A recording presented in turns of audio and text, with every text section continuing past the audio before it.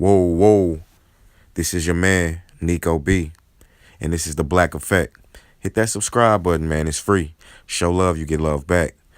And I want to talk to the brothers and sisters. And I want to, this is a serious message I want to, talk about. Something we need to talk about in the black community, man. And just, period. And that's, don't judge, black men unless you know where they coming from. Yeah. This is to the world. Do not judge black men until you know where they're coming from. Because, me personally, as a man, who grew up in the inner cities, what you may consider, the ghetto, or, a low income area. I grew up seeing a lot, man.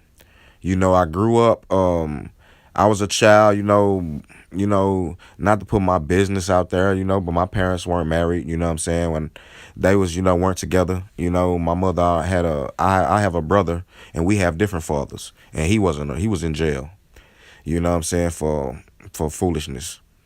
So, I grew up, with a lot of pain, enduring a lot of pain. I'll tell you this, I know how to be alone because I've felt alone in a room full of people before, and only the Most High God, in Christ Jesus came, and enlightened me and saved me from certain death, enlightened me and showed me, what these things, the things that got me there, he allowed me to be introspective. See, when you got God in your life, you don't base your standards off of, another human being or foolishness or what you think is right. You base your standards off of God, off the ultimate fairness. You weighing it on your heart. You weighing your scales, your heart on the scale. But like I said, coming up in the ghettos, man, a black man has to endure a lot. He got to endure a lot with his family. Jealousy. It's a lot of jealousy going on in the black community where, sibling rivalry is damn near to the death. Some sibling, it's not like your healthy sibling rivalry. Nah, sometimes that shit could be to the death. You heard songs from Jay-Z. A song Jay-Z had called "You Must Love Me," and he told you a story in there where I think that was his cousin or his half brother or something like that. Or I think it was his cousin that he ended up, fighting or arguing with over some Jordans or some shit like that. And he ended up just shooting him, bang, out of a fight, bang. I thank God, I'm thankful to him because there's so many instances, man, where the situation between me and my brother could have went 0 to 60 just because we didn't have understanding.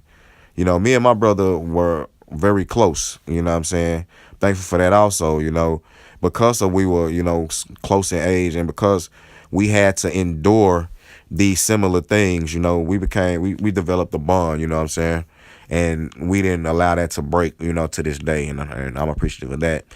But, we learned that. Like I said, you had to learn. And we had to, man, it's been so many instances and they had to learn.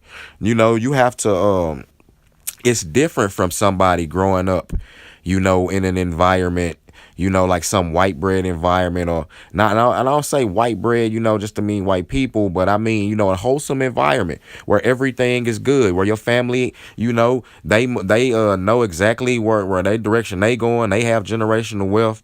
They directing you and guiding you in the direction you need to go. In the black community, for the most part, man, your parents is too busy trying to figure out their own life to be too engaged with their kids' life. You know what I'm saying? Also, you have, these the parents are doing, they trying to survive. So it's not a lot of time. And a lot of these men have different multiple kids with multiple women. And I don't give a damn what you say. There's not enough time in the world for you to engage those kids, two families properly. Not in 2019. You have to be engaged with these children. A lot of, black men don't get that. In this day, in this day and age, a lot of black men is raised by only their mothers. Divorce takes a mental toll on a child. It takes an even bigger mental toll on a child who doesn't even know who their father or mother is and have to figure out that part of their life and have to call that energy out from somewhere else. The streets, sleeping with a bunch of women, you know.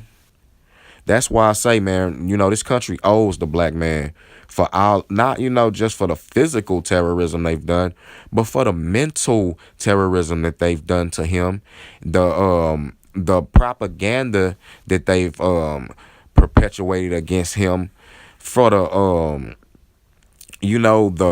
withholding of the proper treatment, medical treatment and things like that, and that white people were afforded. Black folks, like I say, growing up, black men, you told to just shut that shit is all in your head. You just gotta suck it up and until that shit boils over. You know what I mean? Like I said, a lot of black people, men and women, grow up, in these inner city ghettos, with no structures. There are nobody to protect them, really, and a lot of family members, what I'm saying, end up preying on them.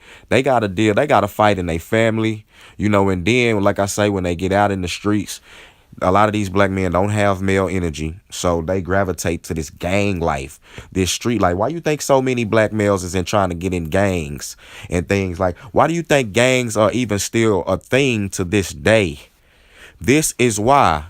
If ever, we grew up in households, what I'm saying, that was together and structured, and a person already, your father and already got a business and a legacy, and he got a legacy to show you and give you, you know it's not, 9 times out of 10, you not gonna just go throw yourself out there to the wolves and deter to the foolishness.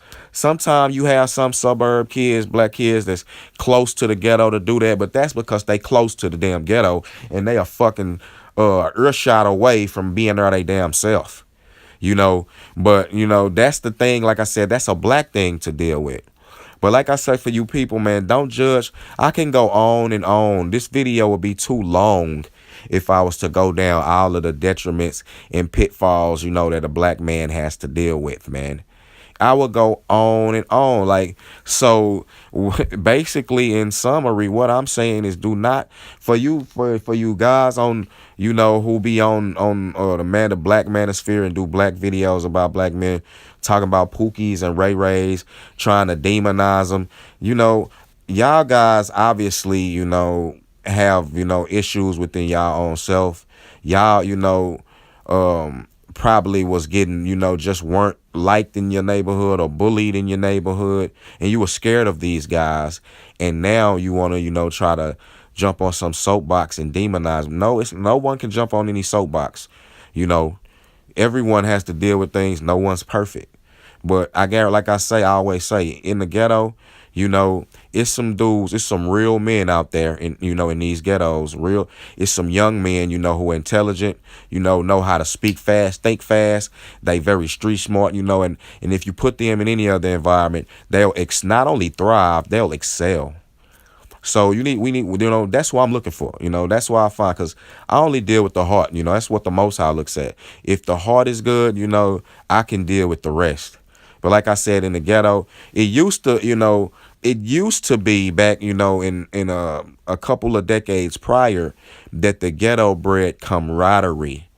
And I'm talking about like in the 60s, 50s, before all the crack and and the feminism and the gangs, black folks police their own. My grandmother, could tell you stories. My great grandmother's still alive. She could tell you these stories of how black folks were together. They left their doors unlocked. They watched their kids. The nosy neighbor thing was going on. They spanked each other's kids. They had morals and integrity. Yeah, that existed. Like I said, my God, there's people still alive who could attest to this. A lot of people don't want to believe it, and it may sound hard to believe, and nostalgic to some of these, to some goofballs who really just don't have any knowledge, insight, or foresight. You got to be an all-around thinker, man, and that's why I'm thankful to God, what I'm saying, that I have, the spirit of discernment from God, because you got to think all around in this world, man. And if it wasn't for, for nothing short of a miracle, most of the time you see black men, making it out of these ghetto situations because it's too many traps, not unscathed, man. You know what I mean? So, like I said, don't judge black men. Jump on your soapbox, and try to and be demonizing them and doing all that before you, walked in their shoes or understand where they coming from. Because it's real out here. It's real in the field, as they say. All right, it's your man, Nico B, Black Effect. I'm out.